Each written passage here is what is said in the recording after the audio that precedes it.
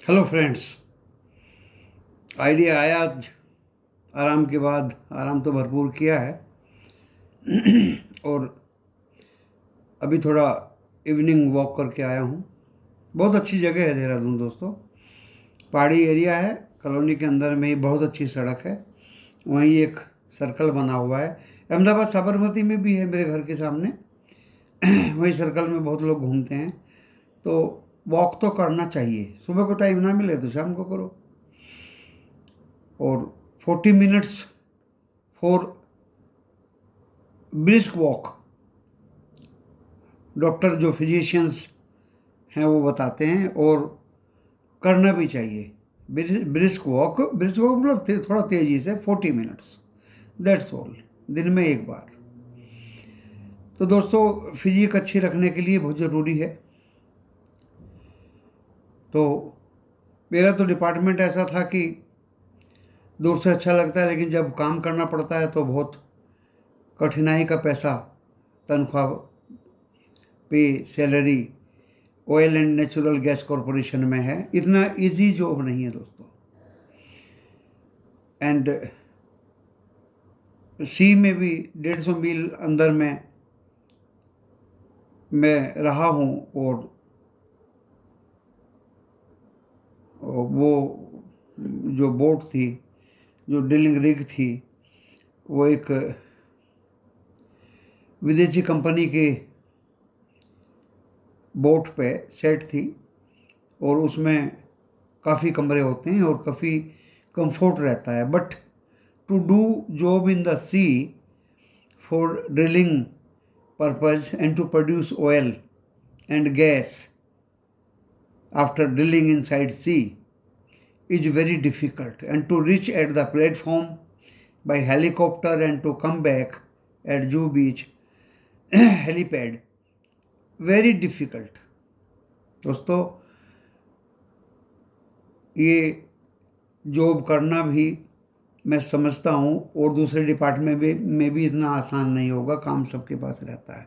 So to produce money, very to earn money to very difficult.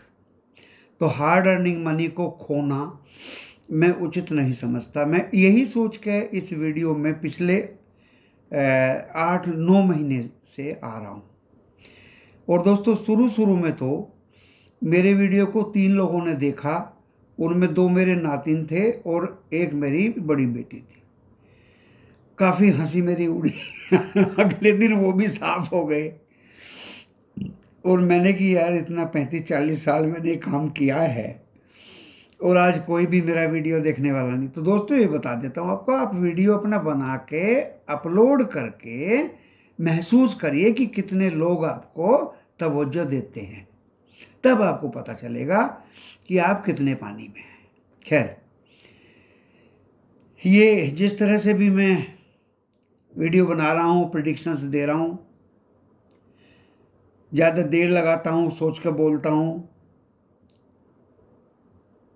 जल्दी जल्दी बोलना मुझे आता नहीं है, सोचना तो मुझे पड़ेगा। एंड विदाउट थिंकिंग कौन बोलता है ये मेरी भी समझ में नहीं आता। सोच के तो आपको बोलना पड़ेगा। तो दोस्तों देखिए, वीडियो एकेडमिक एजुकेशनल पर्पज़ के लिए है। बहुत मैक्सिमम 99.9% से भी ज़्यादा बच्चे या मेंबर्स या बुज़ुर्ग या मेरे हमदर्द दोस्तों लंबा वीडियो चाहते हैं, जिससे ज़्यादा से ज़्यादा बातें मेरे जहन से निकलें, और उनको मैं तवज्जो ज़्यादा देता हूँ। एजुकेशनल चैनल है, इसको सुन के देख के कोई अगर तहस में आके शेयर खरीदेगा और नुकसान या फ़ायदा होगा तो देखिए आपका अपना होगा। मेरा इससे कोई लेना देना या मेरे चैनल की कोई जवाबदेही इस बारे में नहीं होगी। आप अपने personal financial SEBI registered adviser से सलाह जरूर लेके शेयर बाजार में काम करें। ये दोस्तों डिस्क्लेमर है गाइडलाइन से सेबी की, और डिस्क्लेमर में भी डिस्क्रिप्शन बॉक्स में भी लिखा है। जो टाइटल को प्रेस करेंगे तो वो खुल जाएगा, उसमें मेरा एड्रेस और telephone number, everything is written clearly, and ये डिस्क्लेमर भी लिखा है। दोस्तों, बहुत अच्छा आइडिया दिमाग में आया। देखिए, मंगलवार को बाजार खुलेंगे। पहला डाउट तो ये है कि कुछ बच्चों को लग रहा था कि मंगल की छुट्टी है। मंगल की छुट्टी नहीं है दोस्तों। जो बॉन्ड्स वगैरह या दूसरे जो काम होते हैं उनकी छुट्टी है, स्टॉक मार्केट की छुट्टी नहीं है। दूसरी चीज, मंडे को अभी तो आपने फ्राइडे का रंग रूप देखा है यूएस मार्केट का एंड यूरोप का, वो किस तरह से बंद हुए जबरदस्त। उनके बिहाफ पे हमारा निफ्टी SGX सिंगापुर निफ्टी दोस्तों 17,842, मैंने तो अपनी प्रिडिक्शन में, अच्छा हुआ उस दिन बाई चांस दोस्तों, इतना ज़्यादा बढ़िया प्रिडिक्शन तो मैं नहीं देता हूँ, 17,840 और 900 भी मैंने बोल दिया था कि मेरा जो रेजिस्टेंस लेवल है 900 भी हो सकता है। तो दोस्तों वो अच्छा किया मैंने 900 बोल दिया। अब मैं आपको कल की मंडे की बात बताता हूँ। देखिए बहुत बढ़िया बात बताता हूँ, राज की बात बताता हूँ। मंडे को अगर एशियन मार्केट तो खुलेंगे, जैसे भी खुलेंगे, अच्छे बंद हुए थे फ्राइडे को, ग्रीन में थे, 8 में से 5 बाजार ग्रीन में थे। और दोस्तों निक्की तो 700 750 3% ऊपर था जो बंद हुआ था। तो हो सकता है, चलो मान के चलिए कि मंडे को वो मिक्स खुलेंगे और मिक्स ही बंद हो जाएंगे। जब रात को डो जोन्स खुलेगा, अच्छा वो भी खुलेंगे, यूरोप भी 1 बजे मंडे को, वो भी मान के चलिए, चलो फ्राइडे को बहुत अच्छे खुले थे और बहुत अच्छे बंद हुए। खुले तो रेड में ही थे दोस्तों, लेकिन धीरे धीरे वो जबरदस्त ग्रीन हो गए थे। उनको भी मान लीजिए एशिया की तरह वो भी मिले जुले ही खुलेंगे। और रात को जब मंडे को यूएस मार्केट खुलेगा तो डो जोन्स एंड नैस्डैक, देखिए दोस्तों, अगर उन्होंने अच्छा परफॉर्म नहीं किया, फ्लैट से ही खुल के वो बंद हो गए या क्लोजिंग उनकी फ्लैट सी हो गई, एंड ट्यूसडे को आपका डो जोन्स फ्लैट से या थोड़ा नेगेटिव हो गया और हमारा बाजार फ्लैट से माइनस में खुल गया दोस्तों, तो हम लोगों के लिए फायदा है। अब आप ये कहेंगे क्या उल्टी बात कर रहा है दोस्तों, हम लोगों के लिए फायदा है। क्योंकि वहीं से FII खींच देंगे, मेहरबानी करके शॉर्ट मत कर देना, वहीं से खींच देंगे। इसका अपोजिट सोच के चलिए, अगर मंडे को Dow Jones futures and Nasdaq अच्छे परफॉर्म करके ग्रीन में बंद हुए और on behalf of these Dow Jones बहुत ही मतलब 40 50 70 पॉइंट प्लस में खुल गया, एशिया बाजार भी और SGX निफ्टी भी प्लस में होते चले गए, तो दोस्तों हमें थोड़ा सा दिक्कत हो जाएगी। फिर हमारे बाजार बहुत ही अच्छी हरियाली में फ्लैट टू ग्रीन क्या गैप अप खोलेंगे। दोस्तों गैप अप में थोड़ी मुझे परेशानी हो जाती है, पता नहीं क्यों। गैप अप खुल के अगर नीचे आएगा तो उस गैप अप का मुझे क्या फायदा। तो दोस्तों वहां सावधानी रखिए, don't try to buy any call at gap up of Nifty 50 और bank Nifty on Tuesday. Hindi में बता देता हूं, मंगलवार को जब गैप अप खुले हमारे बाजार, तो वहां कोई निफ्टी 50 या बैंक निफ्टी में कॉल ना ले, क्योंकि गैप अप के बाद दोस्तों 50-60 पॉइंट उसको नीचे आना ही है। ये एक प्रैक्टिस बन गई है FII की। ऊपर आप बाई कर लेंगे तो दोस्तों दुख होगा, उसको बेचेंगे कितने में। दोस्तों यही बात सुनने के लिए लोग मेरे से जुड़े हैं, जो 4-4 5-5 हजार व्यूज बहुत जल्दी आ रहे हैं आजकल। सब्सक्राइबर्स तो रोज ही 150 200 300 रोज बढ़ रहे हैं। टेलीग्राम चैनल पे भी 3,000 से ज़्यादा, 3,500 लोग हो गए। तो दोस्तों मैंने अपने दिमाग को तोड़ के आपको एक बात बताई। अब मैं आपको जो वादा किया था वो बात बताता हूं। कॉल एंड पुट ऑप्शन में, आप स्टॉक ऑप्शन में कब स्टॉक को खरीदें और कब बेचें। दोस्तों इसका निफ्टी 50 बैंक निफ्टी से कोई लेना देना नहीं है। नंबर 1 बात, अगर निफ्टी 50 ऊपर है तो जरूरी नहीं है कि HPCL का कॉल ऑप्शन ऊपर जाए या ONGC का कॉल ऑप्शन ऊपर जाए, जरूरी नहीं है दोस्तों। ऑपरेटर ने देख लिया कि ओएनजीसी 132 से 142 हो गया तो वो उसको दोस्तों शॉर्ट कर देगा। आप कॉल ऑप्शन उसका 25 अगस्त का ले लो, 18 अगस्त का ले लो, जब तक आप नहीं निकल पाओगे तब तक उसको वो बढ़ने नहीं देगा। उसका निफ्टी 50 से या बैंक निफ्टी से कोई लेना देना नहीं है। इंडियन बाजार बढ़े या घटे, वो ऑपरेटर एफआईआई जो ऑप्शन में, स्टॉक ऑप्शन में बेच रहे हैं या खरीद रहे हैं, उससे भी कंसर्न्ड है। आप सोच रहे डॉक्टर रेड्डी बहुत अच्छे रिजल्ट्स आए, कॉल उसका ले लिया तो वो बढ़ेगा क्योंकि निफ्टी बढ़ रहा है? नो, वो नीचे भी आ सकता है। अब सवाल उठता है दोस्तों कि अब हम इनके कॉल ऑप्शन कब लें या इनको शॉर्ट कब करें। कुछ members Divi's lab and Apollo hospitals के लिए, देखिए वैसे तो लॉन्ग टर्म के लिए Divi lab and Apollo hospital not bad. Apollo का रिजल्ट खराब आया थोड़ा, Divi is not bad, doctor Reddy is very good stock. Call option में दोस्तों इनके रिजल्ट से भी लेना देना कुछ नहीं है। लेकिन अब सवाल उठता है कि इनको कैसे खरीदें, कब लिया जाए। दोस्तों मेरा तजुर्बा ये है कि इनको जब ये काफी कुछ बढ़ चुके हों, 10% जैसे ओएनजीसी 130 से 13 रुपया जोड़ दीजिए, 143 145। दोस्तों 145 पे कॉल ऑप्शन में लेके कहां तक ले जाऊंगा? उसको ऑपरेटर वहीं दबा देगा, शॉर्ट कर देगा और आप ऊपर में फंस जाएंगे। तो मेहरबानी करके ओएनजीसी जैसे शेयर का भले कैसा भी रिजल्ट हो, कहीं भी निफ्टी 50 भाग रहा हो, उसको डोंट बाय इन कॉल। उस स्टॉक को कॉल ऑप्शन में मत खरीदिए। अब आप कहेंगे तो और क्या करें? ऐसा स्टॉक देखिए जो काफी डाउन, जैसे डीवीज लैब है, जब तक इसका एक्सपायरी नहीं हो जाएगा मींस 18 अगस्त, तब तक ये बढ़ने वाला दोस्तों नहीं है। 19 अगस्त को आप इसका कॉल ऑप्शन ले सकते हैं। ये मैंने कॉल ऑप्शन के बारे में और शॉर्ट करने के बारे में बताया। शॉर्ट के लिए तो मैं इस बाजार में अभी बिल्कुल मना ही कर रहा हूं। तो दोस्तों ऑप्शंस कैसे लिए जाते हैं, कैसे बेचे जाते हैं स्टॉक्स के, उस संदर्भ में मैंने ये बात की। एक किसी मेंबर ने पूछा था एचडीएफसी लाइफ, कॉल शॉर्ट कर दी है 290 पे, वो सॉरी 490 पे, अब वो बढ़ गया है। अब वो दोस्तों बढ़ गया है एचडीएफसी लाइफ, काफ़ी लोग रिकमेंड कर रहे हैं और वो गिरा हुआ शेयर है, बहुत दिन से मेरे पास भी है, एफएनडो का भी है, एफएनडो में भी है वो।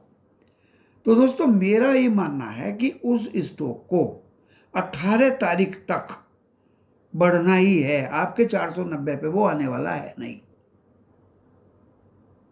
उसके बाद क्योंकि गिरा हुआ है, वो बढ़ भी सकता है और वो घट भी सकता है, will be depending upon the performance of the market and strategy to which you are following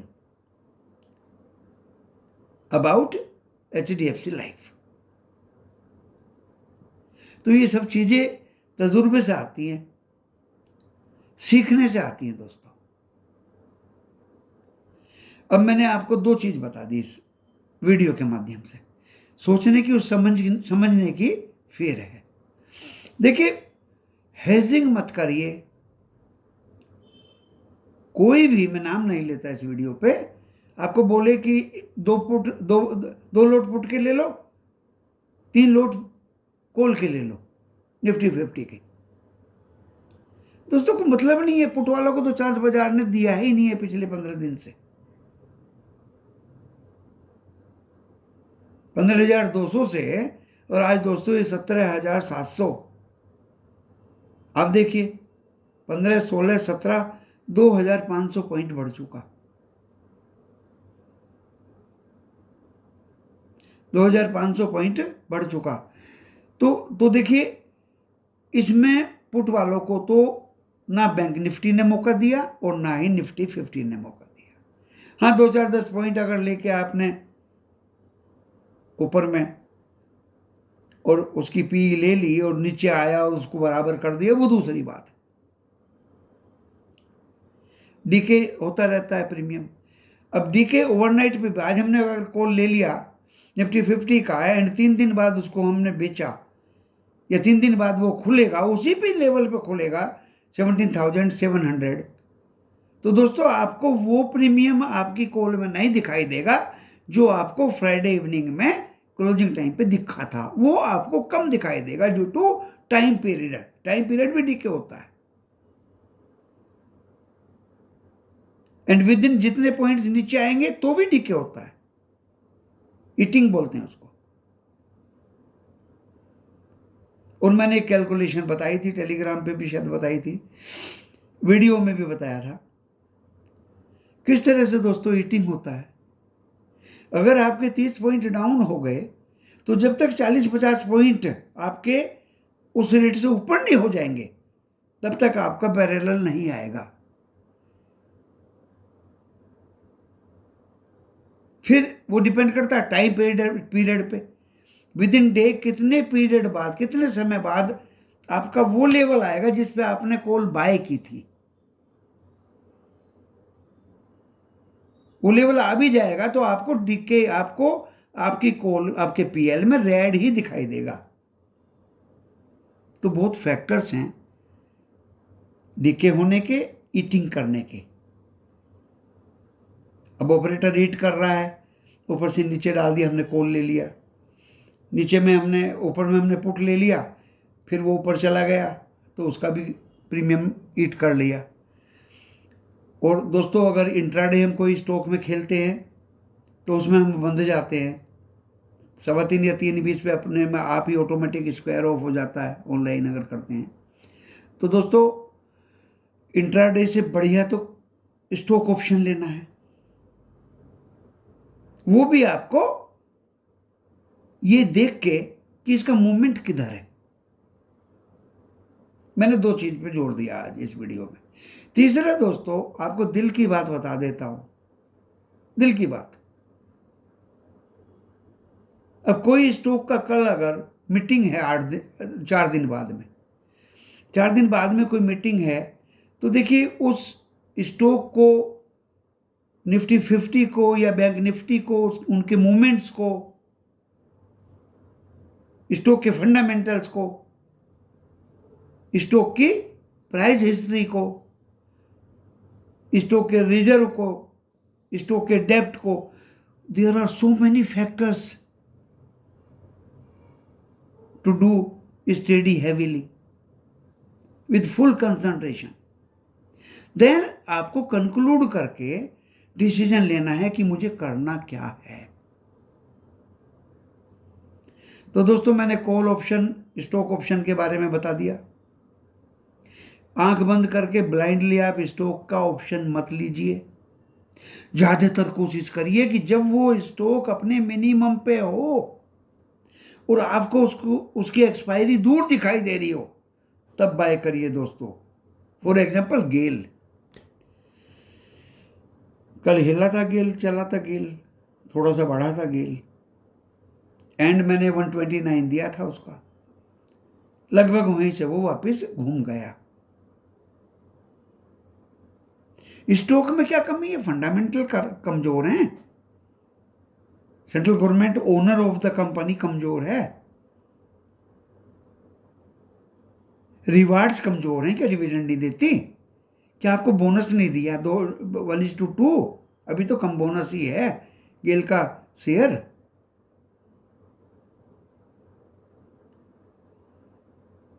क्या सप्लाई नहीं देती गैस की? क्या हमारे देश में गैस नहीं है? कमी क्या है दोस्तों? कमी वही है जो मैंने बताया आपको। जब तक एक्सपायरी ना आ जाए, जो चली गई थर्सडे को, तब तक स्टॉक हिला नहीं। हिला तो कब हिला? फ्राइडे को, जब नई वीकली एक्सपायरी शुरू हुई। आप समझ गए होंगे मेरा हिंट क्या है। तो दोस्तों इस वीडियो में मैंने बहुत 2-3 बातें बताई। एक तो निफ्टी 50 एंड बैंक निफ्टी की मूवमेंट के बारे में बताया, जो कल एंड उसके बाद ओवरनाइट ट्यूसडे को अपना इफेक्ट दिखाएगा। एक मैंने आपको स्टॉक ऑप्शन में कब खरीदें क्लियरली बता दिया। एक शेयर को कब खरीदें कब बेचें वो मैंने आपको वेरी क्लियरली बता दिया कि उसकी मीटिंग होने वाली है। फॉर एग्जाम्पल फंडामेंटल्स चेक किए सन टीवी के, बहुत अच्छे थे दोस्तों, देखते ही मैं गदगद हो गया। नहीं भी पड़ेगा डीपी में पड़ा भी रहेगा तो कोई बात नहीं। तो दोस्तों रिजल्ट्स बहुत अच्छे आए, रिजल्ट्स बहुत अच्छे आए। अच्छा, रिजल्ट्स अच्छे आना भी अच्छी बात है। अरे अच्छे आएंगे, कंपनी के रिजर्व बढ़ेंगे, तभी तो आपको डिविडेंड देगा, रिवार्ड देगा, कुछ और देगा, बोनस देगा, तभी तो आगे बढ़ेगा। हाँ, जिसके रिजल्ट्स खराब आए और वो अपने शेयर को बाई हुक एंड क्रुक ऊपर बढ़ाने की कोशिश कर रहा है, तो दोस्तों देखिए मैं तो उससे थोड़ा सा परहेज करता हूं। मैंने अपनी आंखों से प्रेमल एंटरप्राइज के रिजल्ट्स देखे, आपने भी देखे होंगे। अरे उस दिन तो ये 150 रुपया तोड़ दिया, 1700 कुछ आ गया, 1600 को टच करने लगा, और उस दिन के बाद पता नहीं इसमें क्या हवा आई है, स्प्लिट कर रहा है, मर्ज कर रहा है, किसके साथ मिल रहा है, कहाँ मिल रहा है। तो दोस्तों इन तरह की टैक्टिक से आप थोड़ा सा दूर रहिए। जब वो 150-200 बढ़ गया आप क्या खरीदेंगे? बहुत सोच समझ के इस स्टॉक मार्केट में पैसा लगाइए अब, क्योंकि ये इमर्जिंग ट्रेंड है, इसका इमर्जिंग ट्रेंड है। लेवल्स मैंने दे दिए थे, फाइनल लेवल से संडे को दिए जाएंगे इवनिंग में, मंडे को इवनिंग में, मंडे को। और इस तरह के आइडियाज़ मेरे दिमाग में अगर कल भी आएंगे तो कल भी एक छोटा सा वीडियो बनाऊंगा, ताकि आप लोगों को बिल्कुल पता चल जाए कि किस तरह से स्टॉक मार्केट में ऑपरेटर्स, पुंटर्स, सिंडिकेट्स, एफआईआई प्ले करते हैं और किन कंपनीज में आपको खेलना चाहिए। कल मेरा टॉपिक रहेगा किन किन कंपनियों से बचना चाहिए और किन किन कंपनीज के शेयर्स में खेलना चाहिए। आइदर वो शेयर्स एफ&ओ में हो या ना हो। जो नहीं भी हैं एफ&ओ में दोस्तों, वो भी बहुत अच्छे स्टॉक्स हैं, सभी बेकार नहीं है। हाँ, कुछ इतने बेकार हैं कि अगर आप फंस गए तो जिंदगी में कभी निकलेंगे नहीं। इसी के साथ इस छोटे से वीडियो को मैं यहाँ विराम देता हूँ। नमस्कार।